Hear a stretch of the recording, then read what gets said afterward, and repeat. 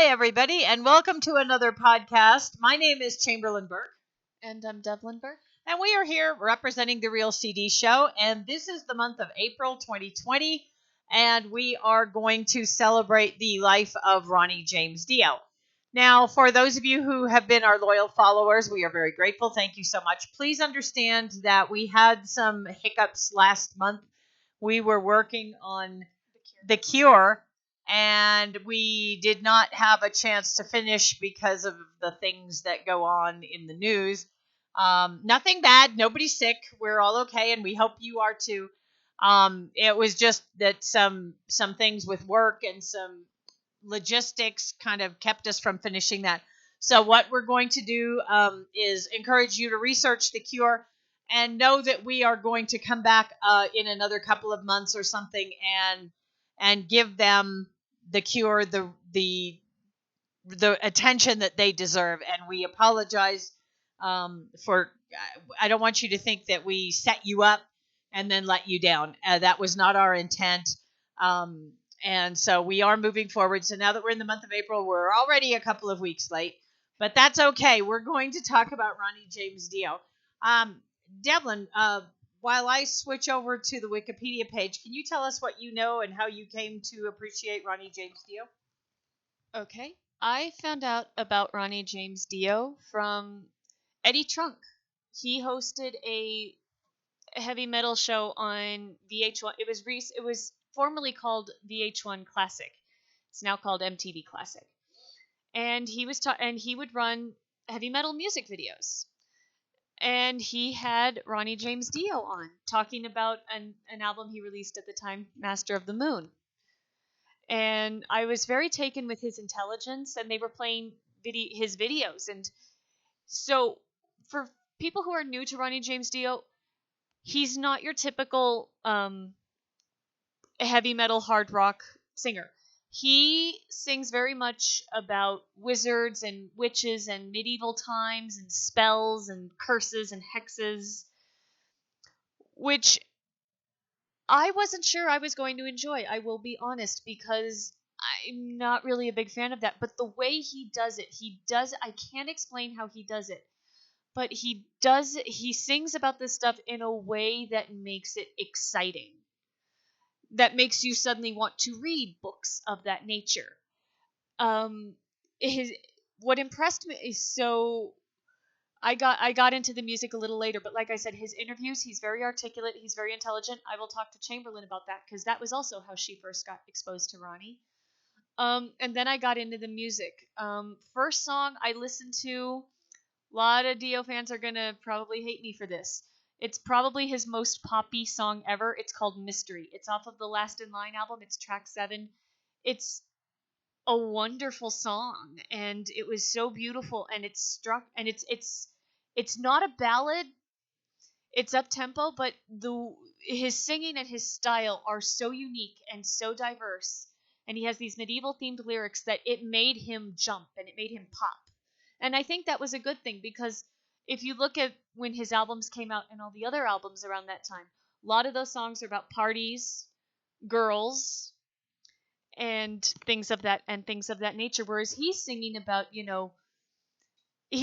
dreams. And another favorite song of mine is a song called "Hungry for Heaven." It's off of the Sacred Hearts album. I believe it's track 5. I could be wrong, but it's it's another great song. It's all about this is your dream, go get it. You're hungry for heaven, and heaven is this dream that you have, whether it's a job goal, a relationship goal, a self-health goal. You're hungry for it. So that was what really impressed me about him. Now, Ronnie James Dio has been in 3 bands. That he's most popular for 3 bands. He was the lead singer in the band Rainbow with Ritchie Blackmore. He was the lead singer for Black Sabbath, which when Ozzy left, he was the replacement. So it's him, Tony Iommi, Geezer Butler, and Bill Ward. And then he also did his own band Dio. So we've got those 3 bands. We're probably going to focus on those 3 acts, because I think those are the most popular, and I think those are the most searched. We do have a couple other bands he was in, and I think those albums and stuff are a little difficult to get a hold of. Okay, I'm gonna turn it over to Chamberlain. Now you first heard of Ronnie James Dio through Metal Evolution. Am I correct?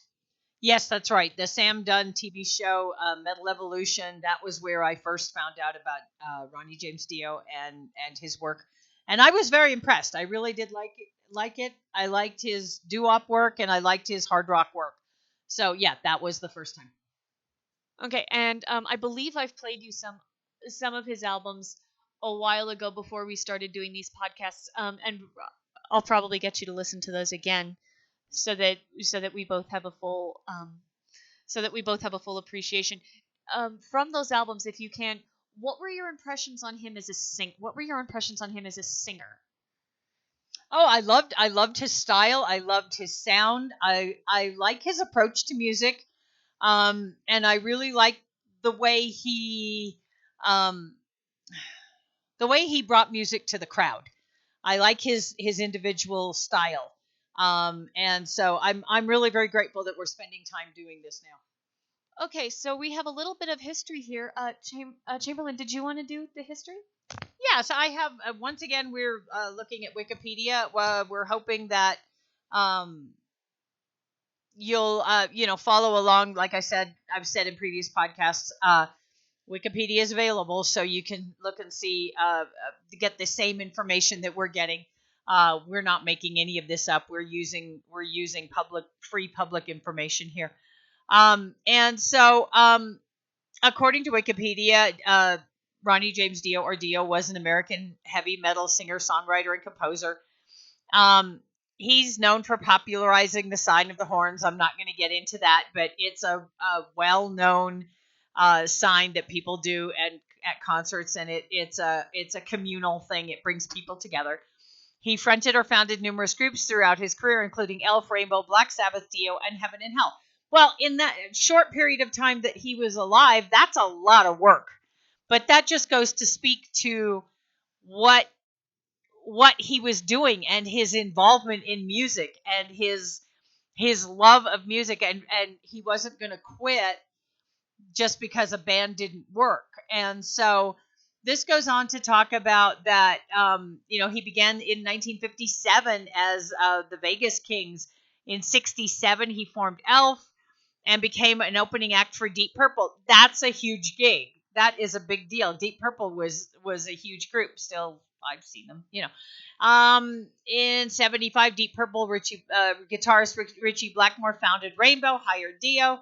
And so Dio emerged as one of heavy rock's preeminent vocalists. So this is what I was talking about. He was really very stylistic. In 79, Dio replaced Ozzy Osbourne as Black Sabbath's lead singer. That's a different story altogether. Did 3 studio albums with the band: Heaven and Hell, Mob Rules, and Dehumanizer. We're going to talk about the discography in a little bit. Then a solo career, and then the band Heaven and Hell. And then, unfortunately, he was diagnosed with stomach cancer and died the following year. So we're coming up on the 10th anniversary of his passing, which is pretty sad. It goes on to say that he is regarded as one of the greatest and most influential heavy metal artists of all time, and I agree with that. With my limited knowledge and my, I'm getting there. I've experienced a lot of stuff, but I think he is very, very influential and has a really good style to him.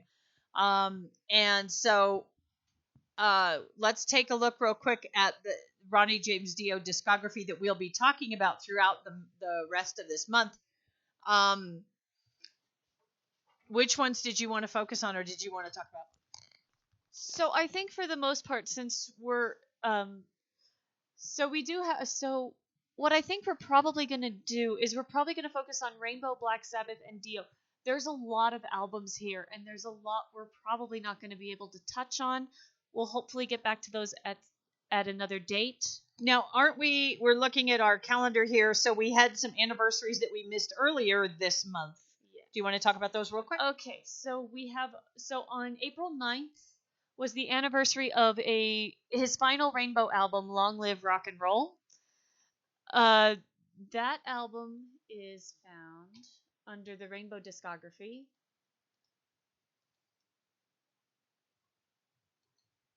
and it was certified silver in the UK. It was released in 1978. It was recorded in a chateau. Wow. And the standout track, so here's the track listing here. The standout song is Long Live Rock and Roll. He did that song live on the Sacred Heart, Finding the Sacred Heart tour. And I think that song is just a national rock and roll anthem. Kill the King is also very popular. I've heard Metallica cover Kill the King. So, and Gates of Babylon is another popular one. I think those three tracks are pretty popular. Again, we're dealing with, this album had fantasy themed lyrics and aesthetics. Kill the King was a staple in Rainbow's opening concert sets, along with LA Connection did get a few airings in the US tour. Dio in several of Dio's solo shows, he would play Long Live Rock and Roll, Kill the King, and Gates of Babylon. So yeah, this was the third album, and there were Ronnie James Dio, there's an interview where Ronnie James Dio was talking about how there was some evil spirit that was messing with the recording, and apparently in the notes on, how most CDs or albums have like thank you notes or, notes about who produced, who was the production. The notes, yeah. There's apparently a note to the spirit at the chateau. No thanks to you. Yeah. Because they were pretty mad at him. We also have the anniversary of a Black Sabbath compilation album known as Black Sabbath The Dio Years. And there were about three new songs off of that album. Now this greatest hits compilation is only the three Black Sabbath albums: Heaven and Hell, Mob Rules, and Dehumanizer. And there were three new songs: Shadow of the Wind, The Devil Cried, and Ear in the Wall. And so again, this is probably a good thing if you're new to Ronnie James Dio. Here's the track listing: Neon Nights, Lady Evil. Heaven and Hell is probably the most iconic song from this, because it's a wonderful song. It starts off slow and creepy, and then at one point Tony Iommi just gives it this killer riff, and then they go into, there's an iconic lyric that Eddie Trunk in his yearbook put this lyric in, and it was, "The world is full of kings and queens who blind your eyes and steal your dreams." How epic is that lyric? And then we got stuff from Mob Rules and Heaven and Dehumanizer. So that came out on April 3rd. Coming up this month, we have a live album by the Holy Diver Live, which is where he did the entire Holy Diver album in full. From the starting song Stand Up and Shout to the final song Shame on the Night. So we're going to touch on that. And again, we do apologize to Cure fans who were looking forward to that. We're so sorry. We want to make sure that we devote the proper amount of time and the proper amount of appreciation.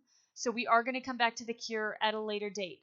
But we hope you stick around, because Ronnie James Dio is just as cool and he's just as great, and we're going to get into all of that. And I think that about wraps us up. Do you have anything you want to say, Ed Chamberlain? No, I think this is great. I'm looking forward to finishing this up over the rest of the month. We will give Ronnie James Dio his due, and we will regroup the Cure and do that again. So thank you so much for listening for The Real CD Show. My name is Chamberlain Burke. And I'm Devlin Burke. Thank you so much. We hope you are all safe and well. Please take care of yourselves. Please don't hang out together. Please use whatever Zooming or webinar programs and software that you can. Please stay safe. Please take care of yourselves. We're all in this together, and we're thinking of you. Thank you so much, and we will talk to you shortly with our next bit of information on Ronnie James Dio. Thank you so much. Goodbye.